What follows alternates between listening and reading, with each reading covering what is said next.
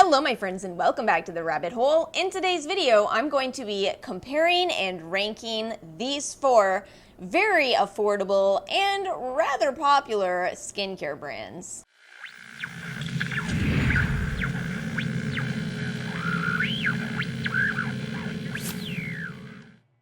True story about how this video came to be. So I was in my bathroom using CeraVe products, which is the brand that won for the next skincare trial on this channel, and I was using my CeraVe and looking at my The Ordinary products, and I was thinking in my head, you know, it's amazing that this CeraVe product, which is a drugstore, very affordable product, is still that much more expensive than The Ordinary. No wonder The Ordinary has so much hype.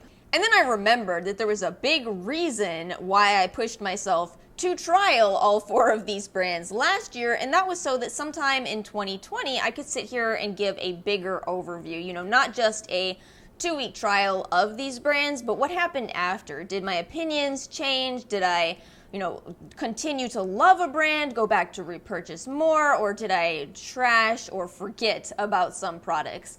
That's everything we're going to be covering today. And of course, due to the nature of this video, please keep in mind that these are only my opinions based only on my experience and my tragically one face. It would be so much more helpful if I had more than one face to review skincare. The brand that I'm ranking last out of these four is going to be the Inkey List. I feel like if you saw my review of this, you're probably not at all surprised, but it could be surprising if you didn't see that. So there are certainly pros and cons with the Inkey List, and I'm going to cover those with every one of these brands. And what's really funny about talking pros and cons is that you could actually look at both sides of the coin. You know, a pro is a con to somebody else. It's kind of like how I know some of you watch foundation reviews from oily skinned people if you have dry skin and you sit there saying they love it. I'm not going to buy that one.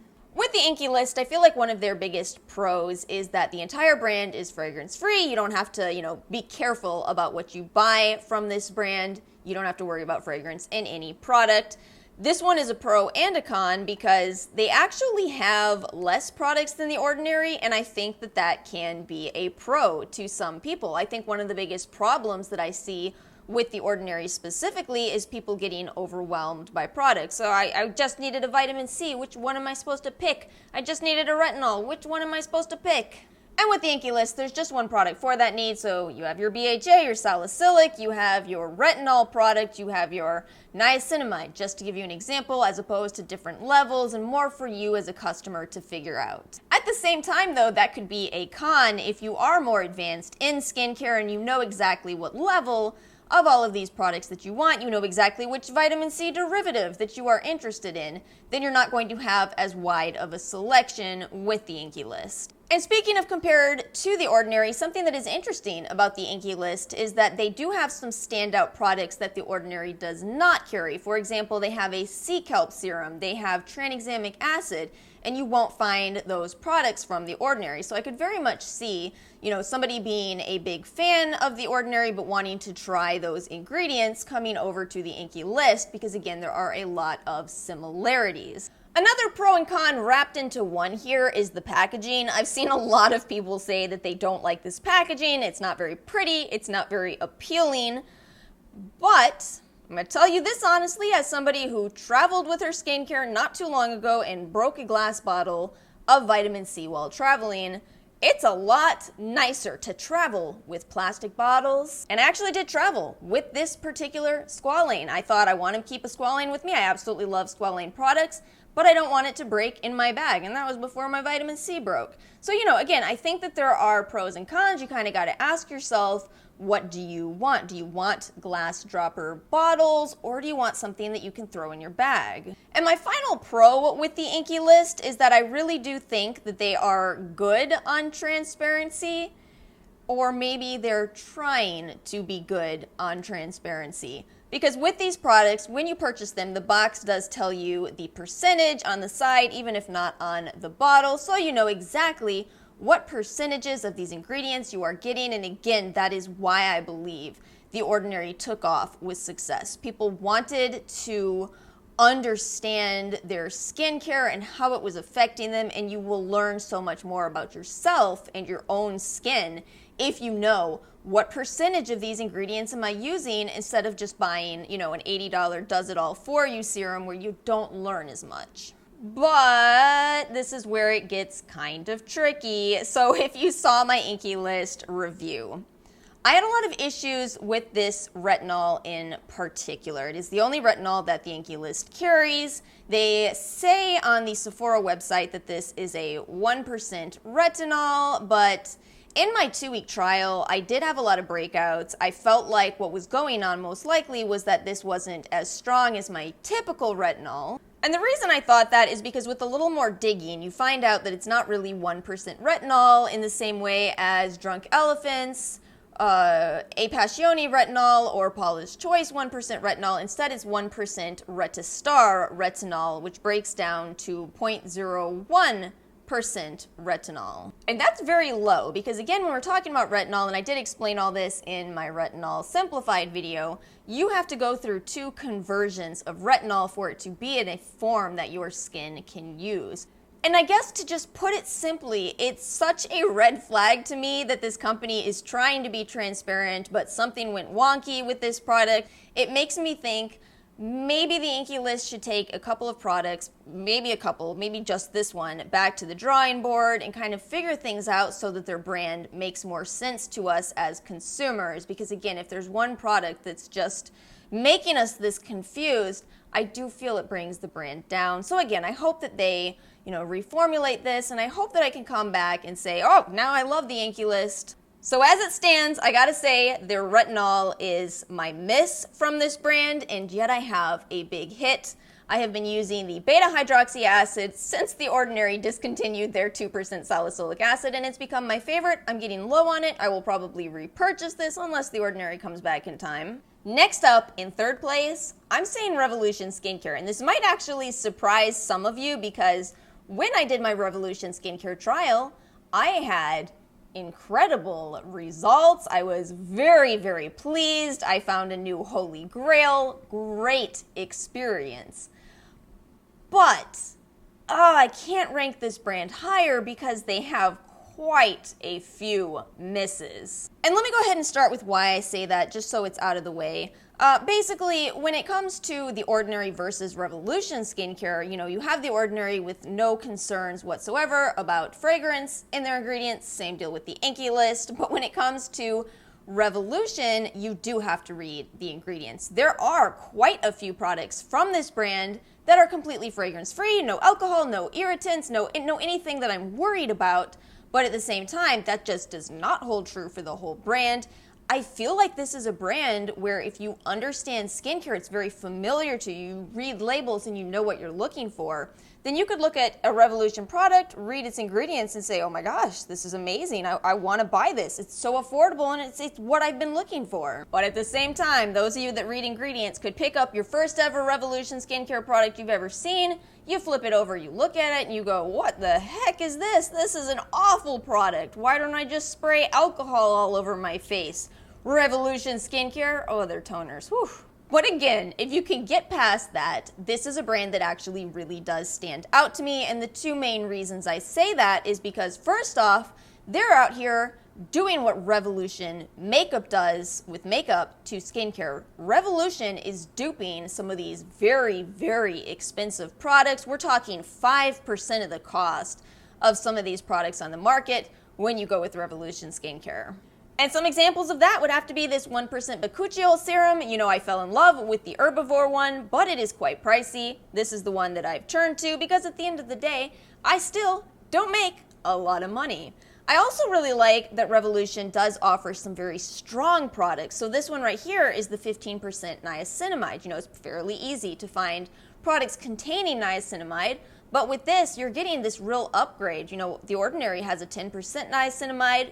If you want something stronger, here you go. Revolution's got it. At the end of the day, and I'm just going to reiterate myself here, I really think Revolution Skincare is for those of you that know a lot going into skincare before you try this brand. So this right here, 0.5% retinol with rosehip seed oil, you know, that's something that could sound very, very appealing. But for those of you that read labels, you might flip this over and say, coconut oil, not going to use that. Or you'll say, oh, coconut oil, yeah, that's fine for me. And to really quickly tell you my absolute favorites from this brand, you again probably know if you watched that video, this CBD-rich nourishing cream is phenomenal. In my personal opinion, worlds better than any moisturizer from CeraVe. I also like it more than the moisturizers I've tried from The Ordinary.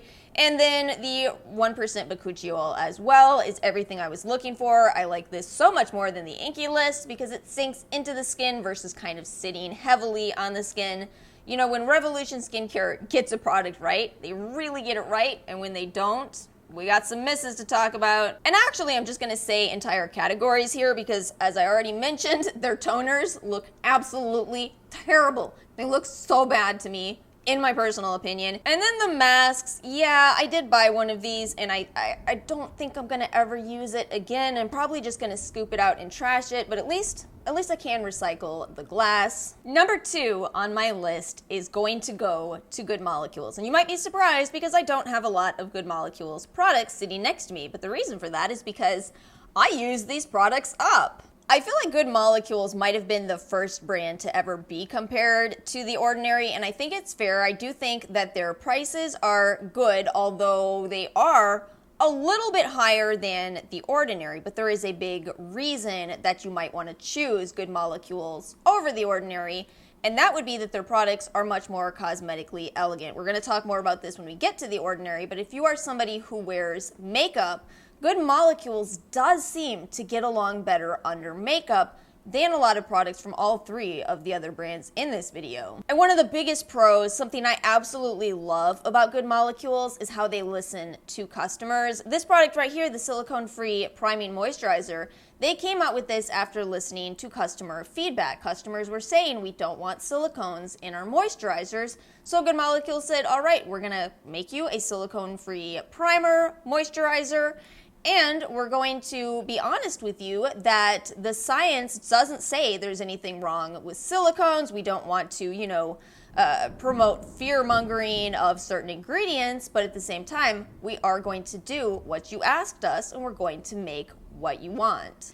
Talk about respect, you guys. I respect that so much. I want to see that so much more from the entire skincare community. I'm tired of, you know, making certain ingredients out to be bad when really it's just that some people can't use them. They're not inherently evil ingredients by nature, right? And their direction, oh my gosh, their direction has been incredible lately. They came out with the rosehip oil, which I no longer have because I finished that one off, but that was actually ethically sourced. I am so happy about that. I will pay a little bit more money for an ethically produced product because it means that much more to me. But of course, in that same sentence, you can see what the cons might be. Yes, it is certainly more expensive for these products. The oils are $10 for 0.44 ounces, whereas the Ordinaries run $7, $8 for an entire ounce. So that is certainly something to keep in mind. Also, another con is inaccessibility in some ways. It's not difficult to purchase these products. You just go through Beauty List, but I'm going to tell you honestly, as an Ulta girl first and foremost, you all know it by now, I forget to place orders through Beauty List, even though I've had great experiences with their customer service when I do. Beauty List just isn't my #1 shopping website, so I just kind of slack on repurchasing these. All of the products were sent to me. I haven't yet made an order, also because I have so much skincare I need to finish. That's a bit of an ethical dilemma that I face personally. I don't know if I've ever really talked about this, but sometimes I ask myself things like, okay, so this is your favorite toner, but you do have these 4 toners you could finish that are decent. Should you finish them or buy more? 2 more potential cons. With some of their older products, they did have a couple of irritating ingredients, but I think, and this is just my suspicion, I think that they are deviating away from doing that. I don't think they're going to continue putting those ingredients in because, again, I think this is a brand that listens to customer feedback. So for me specifically, the product that caused me issues was their overnight exfoliating serum. I actually did finish it though on my body because aside from the essential oil ingredients, I liked it. But yeah, they were there and that is something to know. So for now, I would advise you read ingredients with good molecules. And also, I do think this is the least transparent brand in terms of ingredient percentages. Now, this is something that does not matter to everybody. In fact, some people are just confused by percentages. But I like percentages. I would like to know them. This right here is the hyaluronic acid serum. I suspect that it is at a lower than 1% concentration of hyaluronic acid. And this is a tricky topic. I've been planning this simplifying hyaluronic acid video for so long. I have papers that I've printed out that I've been going through, just trying to simplify it in my own head, and it turns out hyaluronic acid is a whole lot trickier than I ever thought it was. The Ordinary's hyaluronic acid is at 2%. This one is at less than 1%. So I didn't feel like it plumped fine lines as effectively. I have read in several studies that it seems 1 to 2% is the target, 4% might be the limit, but the information's really confusing, if I'm being honest with you. So I think this might actually work potentially better for some people. And again, I say that because hyaluronic acid is tricky. If you're in a dry climate, it's possible that hyaluronic acid could make your skin feel more dry, but put a giant asterisk on possible because that's what's holding up that video. I'm trying to get an answer to that, and right now, I do not have a solid answer. But regardless, I can tell you this is a heck of a lot less stickier than the Ordinary's. I've just come to accept at this point that hyaluronic acid is kind of not a great texture. It's not a great texture. I don't like it, but I like the results of it. And to give you the biggest hits and misses, my absolute favorite toner that I've ever tried is the $14 niacinamide toner from Good Molecules. And I'm not just saying of inexpensive products. I'm sitting here saying the best toner that I've ever used, period. I've raved about it enough. I don't need to go on. I've talked about that in so many videos. I absolutely love that toner. I'm also going to say the silicone-free priming moisturizer because, again, this is something that a lot of people were looking for, and here it is. Very affordable product. And then finally, also that rosehip oil or their ultra hydrating oil. I do think they're very high-quality oil blends. And the one miss that I have from this brand would be that overnight exfoliating treatment. Just take those essential oils out and it'd be so perfect, Good Molecules. And that brings us to my top brand out of all four of these. I bet it's no surprise, The Ordinary. Herein I begin my pros list with The Ordinary. Number 1, cheapest brand. They're the cheapest brand out of all of these. Number 2, no fragrance, no essential oils. You don't have to worry. Number 3, transparency. You know exactly what you are getting in these. They are very, very clear. They have guides all over their website in terms of how to use these products, what to mix them with. And this is a company that also takes customer feedback into account, from pulling the salicylic acid that was causing issues for some people and reformulating it to what they did for Black Friday. That was absolutely amazing. In case you missed it, they did not do a Black Friday special at all. They shut the website down for Black Friday, but they ran a special for the entire month of November to take off the pressure of that holiday shopping. Absolutely beautiful. Oh, I loved it. This brand is not without cons because, the reality is absolutely nothing in this entire world is without cons. I, as a person, have my cons. I absolutely hate vacuuming. Ara makes fun of me for it. I will do dishes, I will do laundry, but I hate the sound of the vacuum. More proof that I was in fact a cat in my last life. I digress. The cons with The Ordinary. I really only have two main cons. One is the overwhelming aspect of this brand. Oh, I've seen it so many times. I've certainly talked about it on this channel. When somebody discovers The Ordinary, it's almost impossible for some people to resist buying 10 products at once and not knowing what they're buying and then, just putting a ton of AHAs on their face and wondering, what happened? Why is my skin a mess now? I really hate that happens, both because I feel terrible for anybody who has that experience. You buy skincare so your skin gets better, not worse.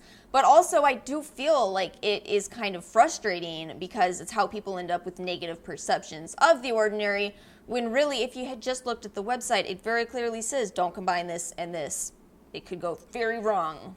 It's almost amazing that actually a big basis of this con is the huge pro of how affordable these products are. It kind of makes you question, like, wait, can you get too cheap that people suddenly, you know, overdo things? Yes, I think you can, and I think it's happened, but please, The Ordinary, don't change your prices. Don't change them. And really the only other con that I have is something I already mentioned in this video, and that is that some of the products don't have the best texture. Some of them really do ball up on your skin, even if you're just using that product on its own. Some of them don't play well with makeup. But, you know, at the end of the day, I don't really think that's The Ordinary's fault, and I don't think that's necessarily a problem for a lot of people. If you don't wear makeup, you may never notice. But it is something to keep in mind. Yeah, I feel like if you do wear makeup, you've probably run into this with The Ordinary's products. Yeah, some of them can be rough under makeup.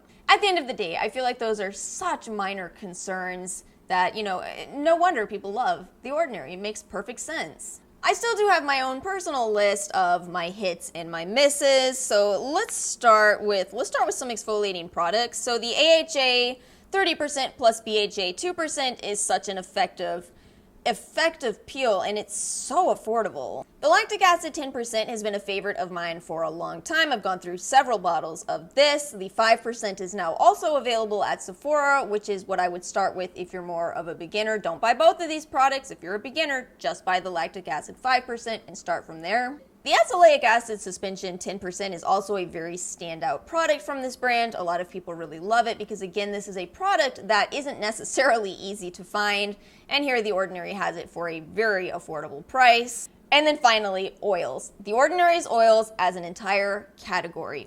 What I think is so great about their 100% oils is the education aspect of it, the knowledge that you gain from spending $8 on an oil, using it, and then knowing what that oil does for you. I personally think that is so much more valuable than buying an $80 oil blend with several different oils in it and never really knowing which of those oils was working the magic for your skin. And that's not even to mention some of the direct oils. You know, The Ordinary has a marula oil, much like Drunk Elephant, except talk about a fraction of the price. And the two that I have here, I have the 100% plant-derived squalane. I will never be without squalane. I think it is a very effective ingredient, very easy to use, doesn't really have the same texture as oils, or rather the same feel as most oils, and it gets along with almost everybody's skin. And I also love the organic virgin chia seed oil. If you feel like some oils are too heavy on your skin, this one is actually a much lighter weight oil that still delivers good results. So that is all I have for today's video. Let me know in the comments below, do you agree with me or disagree with me? Would you rank these brands differently? Make sure to like and subscribe if you enjoyed this video, and I'll see you guys next time.